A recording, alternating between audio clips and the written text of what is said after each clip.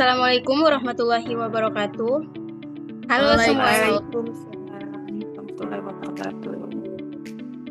Halo semuanya, selamat datang di webinar kita hari ini. Saya Arista Asbanu, barang co-host kita yang kece yaitu Kalista Adelia. Halo semua, saya Kalista, senang banget bisa ketemu kalian di sini.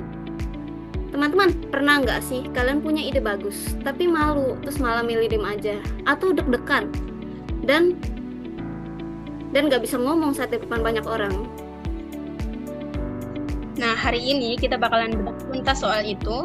Webinar kita temanya Speak Up dan Stand Out menjadi mahasiswa yang berani bicara dan tampil berbeda. Kita punya 4 narasumber yang keren, yang siap sharing ilmu buat kalian. Acaranya santai aja, materi dulu, terus sesi tanya jawab. Untuk susunan acaranya, yang pertama yaitu pembukaan dan perkenalan, lalu yang kedua yaitu sesi materi dari 4 narasumber kita, dan yang ketiga yaitu diskusi dan tanya jawab, lalu yang terakhir yaitu penutup. Baik, langsung ke perkenalkan. Perkenalkan, nama saya Arista Asmana sebagai host, lalu ada rekan saya, Saya Kalista Adelia, dan sebelum mulai kita kenalan dulu nih sama para narasumber kita yang keren-keren ini. Yang pertama ada Kak Yudi Pangestu, yang bakal ngejelasin kenapa sih mahasiswa itu harus bisa ngomong, dan apa aja tantangannya di era digital ini. Dan narasumber kita yang kedua ada Kak Ferawati Hairunisa, yang bakal bahas apa itu speak up dan stand up, plus rahasia membangun kepercayaan diri. Dan narasumber yang ketiga, kita yang ketiga ada Kak Sarwini, yang bakal share nih 3 kunci public speaking yang efektif dan cara bikin personal branding yang kuat. Dan narasumber kita yang keempat ada Kak Aliani Palupi, yang bakal membahas dengan tips tampil pede saat presentasi, langkah menjadi mahasiswa stand out, dan kesimpulan dari keseluruhan. Langsung aja kita dimulai dari Kak Yudi.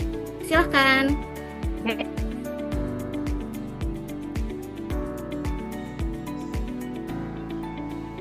Oke.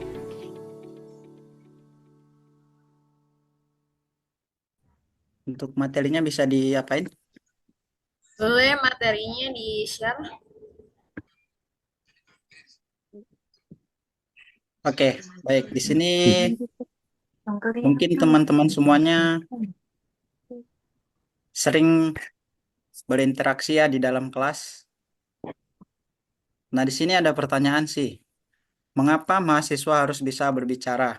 Lebih tepatnya berbicara di depan umum ataupun berbicara secara langsung di depan kelas ya. Menurut teman-teman, ada yang tahu nggak kenapa kita harus bisa berbicara di hadapan banyak orang atau di hadapan audiens? Nah, di sini kenapa kita itu harus bisa berbicara di depan audiens? Yang pertama, supaya kita bisa menyampaikan ide dengan percaya diri. Artinya, setiap kita individu pasti mempunyai ide yang berbeda dari teman-teman yang lainnya. Nah, ketika kita dimintai suatu ide, kita harus memberikan ide yang terbaik.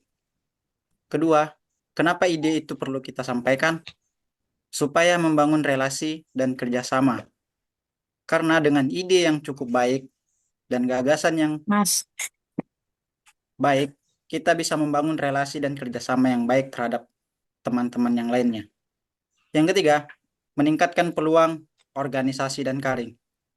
Dengan ide yang baik dan gagasan yang baik, kita juga dapat meningkatkan peluang organisasi dan karir kita di tempat kita bekerja maupun di luar. Selanjutnya, menjadi pribadi yang lebih berpengaruh. Dengan kemampuan kita bisa berbicara di depan audiens, kita bisa menjadi pribadi yang lebih berpengaruh karena ide yang baik perlu disampaikan agar memberi dampak yang lebih baik kepada orang-orang sekitar kita dan terhadap lingkungan kita. Next. Nah, ada beberapa tantangan mahasiswa di era digital ini. Kenapa mahasiswa takut menyampaikan ide atau gagasannya? Penyebab umumnya sih, pertama takut salah. Misalnya kita sedang saat sesi belajar mengajar, dosen menanyakan sesuatu. Menurut pendapat teman-teman, apa sih misalnya bagaimana cara mengelola keuangan yang baik. Nah, kenapa kita dari beberapa mahasiswa jarang menyampaikan ide kita? Pasti karena takut salah, takut memberikan jawaban yang tidak baik, atau jawaban yang kita berikan itu tidak sesuai dengan yang diharapkan dosen. Nah, kita tidak boleh melakukan hal yang seperti itu. Lebih baik kita menyampaikan pendapat kita, karena pendapat yang kita sampaikan itu bisa saja itu adalah gagasan terbaik yang diharapkan dari seorang dosen. Nah, kedua, takut dihakimi. Nah, ini yang sering terjadi di sesi kelas ataupun di tempat umumnya ya. Ketika kita menyampaikan pendapat, ada beberapa teman kita menghakimi kita seperti, wah itu gagasan atau ide yang kamu berikan itu tidak sesuai dengan pertanyaan yang diberikan. Nah, mungkin teman-teman ada yang seperti itu ya.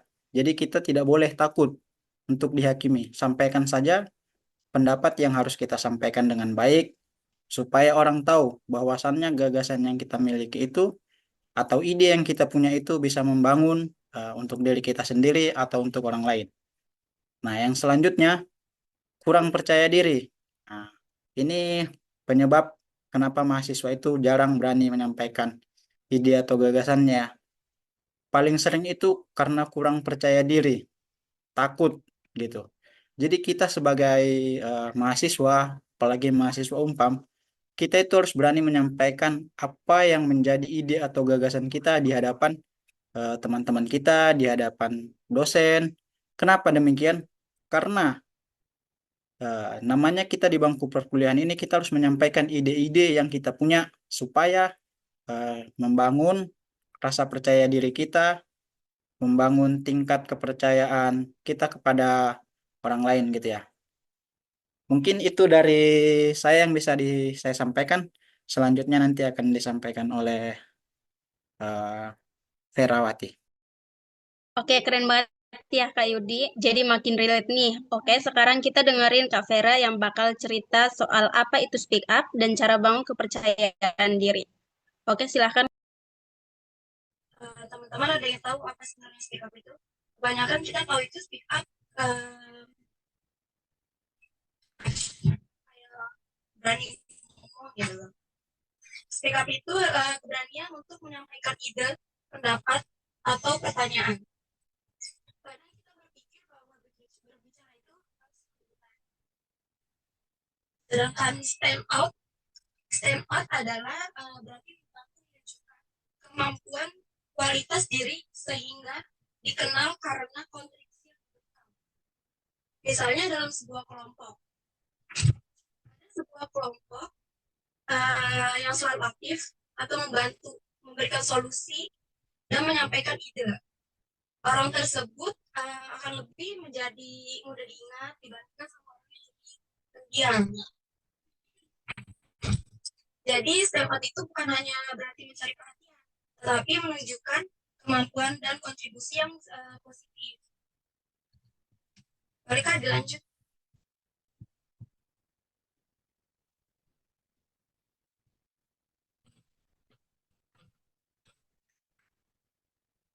Ketika berani berbicara di depan umum, ada 3 hal yang harus diperhatikan, yaitu diri adalah hasil dari latihan. Misalnya kita contoh kecilnya ketika pertama kali naik sepeda, awalnya pasti takut jatuh kan, tetapi setelah sering mencoba, kita mencoba menjadi terbiasa. Hal yang sama berlaku pada public speaking. Semakin sering kita berbicara, semakin percaya diri kita kepada audiens nantinya. 3 cara untuk melatihnya, yaitu pertama, mulai berani bertanya. Yang kedua, aktif mengikuti organisasi atau kegiatan kampus. Yang ketiga, sering berlatih presentasi. Karena sebenarnya rumus percaya diri itu sederhana. Persiapan, latihan, dan pengalaman. Nah, Oke, itu dia materi dari Kak Ferawati. Makasih Kak Vera. Sekarang giliran Kak Sarwini untuk menjelaskan materinya. Silahkan. Public speaking adalah kemampuan untuk menyampaikan pesan dengan jelas kepada audiens agar mudah memahami apa yang kita sampaikan. Nah, di sini ada 3 kunci public speaking. Yang pertama ada konten atau isi. Materi yang disampaikan harus jelas, relevan, dan mudah dipahami. Isi yang baik menjadi dasar presentasi yang efektif. Lalu kemudian yang kedua ada delivery atau penyampaian. Bagaimana cara menyampaikannya itu sebagus apapun materinya, jika disampaikan secara monoton, audiens pasti kehilangan fokus. Karena itu, intonasi, gestur, dan ekspresi sangat penting. Lalu yang ketiga ada connection, bagaimana membangun hubungan dengan audiens. Itu ketika audiens merasa terhubung, mereka akan lebih tertarik dan fokus mendengarkan. Selanjutnya,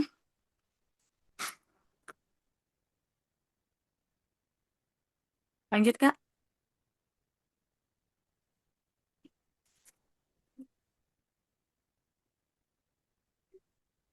Oke, personal branding di era digital.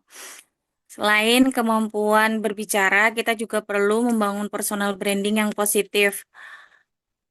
Personal branding adalah cara kita menunjukkan diri kepada orang lain, baik secara langsung maupun melalui media sosial. Langkah membangun personal branding yang kuat itu pertama, tunjukkan kemampuan dan prestasi yang dimiliki, lalu gunakan media sosial secara positif, kemudian jaga etika komunikasi, lalu konsisten menjadi versi terbaik diri sendiri. Terima kasih, Kak Kalista. Wah, mantap banget ya Kak Saru ini. Ilmunya itu aplikatif banget nih. Terus yang terakhir kita dengerin Kak Aliani yang bakal kasih tips praktis dan kesimpulan dari semua materi dari yang tadi. Oke, silakan Kak Aliani. Oke, terima kasih. Ada suaranya nggak? Gimana? Udah ada suaranya belum? Ada suaranya? Aman, Ada. aman, Oke. aman. Selanjutnya, itu ada tips tampil percaya diri. Sebelum presentasi, itu ada 3 hal ya yang harus diperhatikan. Yang pertama itu harus menguasai materi, pahami isi materi yang akan disampaikan, semakin memahami materi, semakin kecil kemungkinan gugup atau kehilangan arah saat berbicara. Yang kedua itu latihan secukupnya. Berlatih membantu kita mengetahui alur presentasi. Latihan juga membuat kita mengetahui pencapaian menjadi lebih lancar dan tidak terlalu terganggu pada catatan. Yang ketiga itu adalah siapkan poin penting. Tidak perlu menghafal seluruh presentasi, namun cukup siapkan kata kunci atau poin utama agar pembahasan tetap terarah. Yang kedua itu ada saat presentasi. Saat presentasi kita harus mempersiapkan berdiri tegak, tersenyum, bicara jelas dan terang. Yaitu ada berdiri tegak itu yang dimaksud dengan postur tubuh ya. Postur tubuh yang baik menunjukkan rasa percaya diri. Selain itu membantu suara lebih terdengar dengan jelas. Yang selanjutnya itu tersenyum. Senyum membuat suasana lebih nyaman dan menciptakan kesan positif kepada audiens. Yang terakhir itu bicara jelas dan tenang. Gunakan volume yang cukup. Jangan berbicara terlalu cepat karena dapat membuat audiens sulit memahami materi. Oke, slide yang selanjutnya.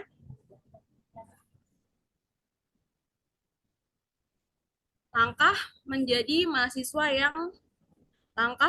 mahasiswa yang stand out. Langkah kecil, dampak besar. Berani mencoba hal baru. Yang dimaksud dengan berani mencoba hal baru itu, jangan takut keluar dari zona nyaman. Cobalah mengikuti seminar, penelitian, atau proyek baru untuk menambah pengalaman. Yang kedua itu, ada aktif berorganisasi. Organisasi melatih kepemimpinan kerja sama tim, dan kemampuan komunikasi. Pengalaman organisasi juga menjadi lebih membuat nilai tambah di dunia kerja. Selanjutnya itu ada mengikuti kompetisi. Kompetisi membantu mengembangkan kemampuan berpikir kritis, kreativitas, dan mental juara. Selain itu, presentasi juga diraih dapat memperkuat portofolio kita. Yang keempat itu ada membangun relasi, memperluas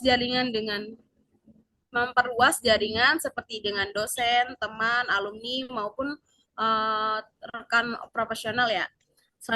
Relasi yang baik dapat membuat peluang akademik mampu berkarir di masa depan. Dan yang terakhir itu adalah terus belajar dan berkembang. Artinya dunia terus berubah sehingga mahasiswa harus selalu meningkatkan pengetahuan dan keterampilannya. Belajar tidak hanya dari kelas, tetapi juga dari pengalaman dan lingkungan sekitar kita. Slide selanjutnya itu ada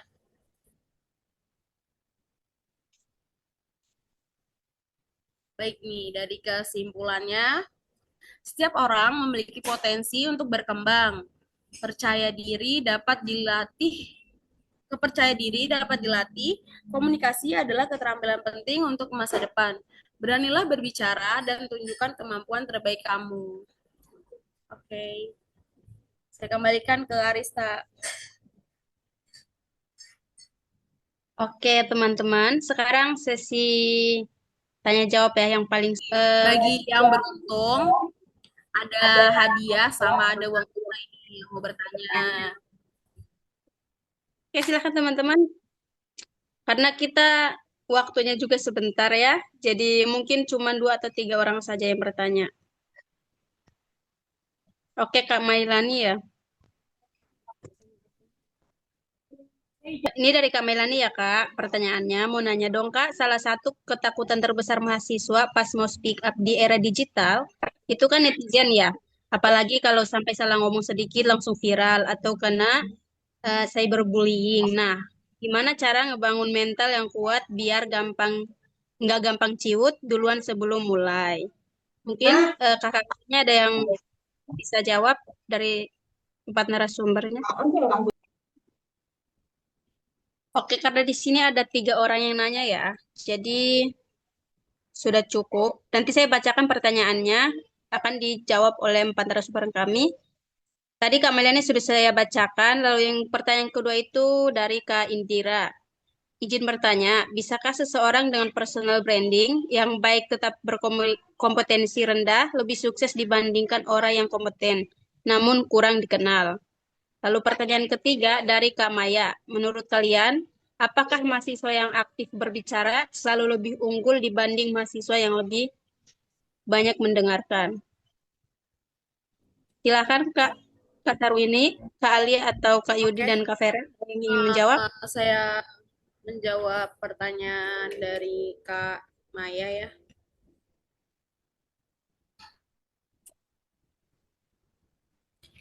Silakan Kak Aliani.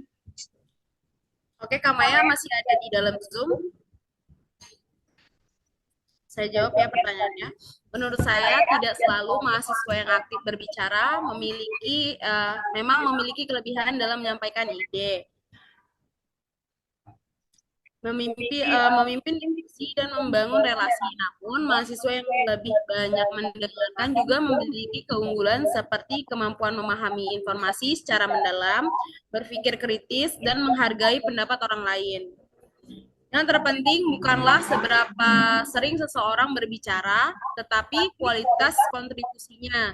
Seseorang yang jarang berbicara tetapi memberikan pendapat yang tepat dan solutif bisa lebih berpengaruh daripada seseorang yang sering berbicara tanpa memberikan nilai tambah.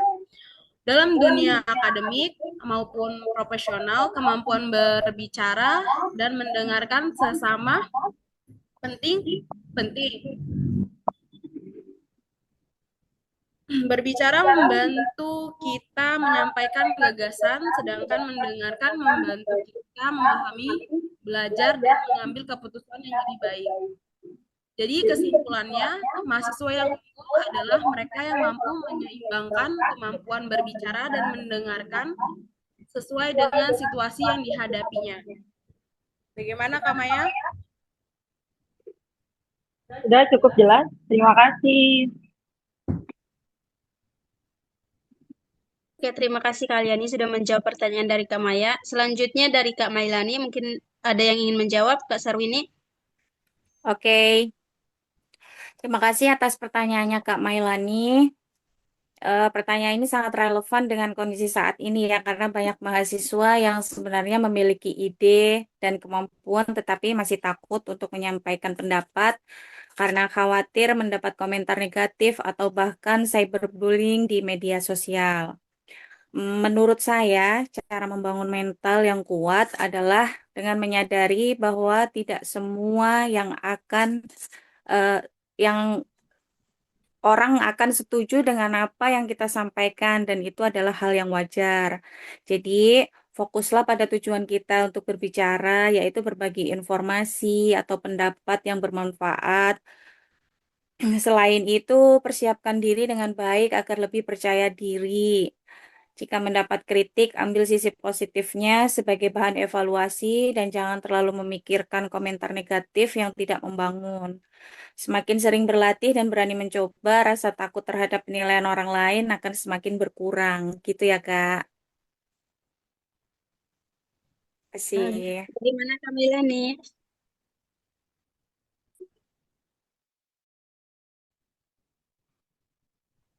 Oke, terima kasih Kak Sarwini sudah menjawab pertanyaan dari Kak Mailani. Selanjutnya pertanyaan dari Kak Indira. Mungkin Kak Vera, Kak Yudi bisa menjawab. Oke, baik. Saya akan menjawab pertanyaan dari Kak Indira ya. Pertanyaannya itu, bisakah seseorang dengan personal branding yang baik, tetapi kompetensi rendah, eh, lebih sukses dibandingkan orang yang kompeten atau namun kurang dikenal? Oke, kalau menurut saya secara pribadi ya, seseorang yang memiliki personal branding yang baik, eh, tetapi kompetensinya rendah, mungkin dapat memperoleh kesuksesan yang lebih cepat dalam jangka pendek dibandingkan orang yang sangat berkompetensi kurang dikenal ya. Hal ini kenapa? Karena personal branding membantu seseorang lebih mudah menarik perhatian atau membangun jaringan. Nah, sebaliknya, orang yang sangat kompeten tetapi kurang dikenal seringkali memiliki fondasi yang lebih kuat untuk mencapai kesuksesan berkelanjutan. Tantangannya adalah kompetensi tersebut tidak akan memberikan manfaat maksimal jika tidak diketahui orang lain. Artinya, personal branding dan kompetensi itu harus selaras ya. Kenapa? Karena ketika kita memiliki personal branding dan diikuti dengan kompetensi yang baik, maka kita akan lebih mudah dikenal oleh orang lain. Karena kita sudah memiliki fondasi yang kuat, yaitu personal branding dari diri kita sendiri dan kompetensi yang kita miliki. Mungkin itu yang bisa saya sampaikan kepada Kak Indira. Oke, terima kasih Kak Yudi sudah menjawab pertanyaan dari Kak Febi. Selanjutnya saya kembalikan kepada co-host kita, Kak Kalista, silakan. Oke, alhamdulillah kita sudah nemenin perjalanan webinar ini dari awal sampai akhir. Dari tadi kita belajar bahwa kemampuan bicara itu bukan cuma soal ngomong depan umum, tapi soal keberanian nyampein ide, membangun kepercayaan diri, dan nunjukin potensi yang kalian punya. Dan ingat, kepercayaan diri itu bisa dibangun melalui persiapan, latihan, dan pengalaman. Jadi nggak ada yang instan. Oke, terima kasih sebesar-besarnya untuk 4 narasumber kita dan terima kasih juga untuk dosen kita Ibu Wina yang telah menyempatkan waktunya untuk hadir. Terima kasih banyak Ibu. Mohon maaf bila belum sempurna karena ada kesalahan kata. Kami akhiri. Wassalamualaikum warahmatullahi wabarakatuh. Waalaikumsalam warahmatullahi wabarakatuh.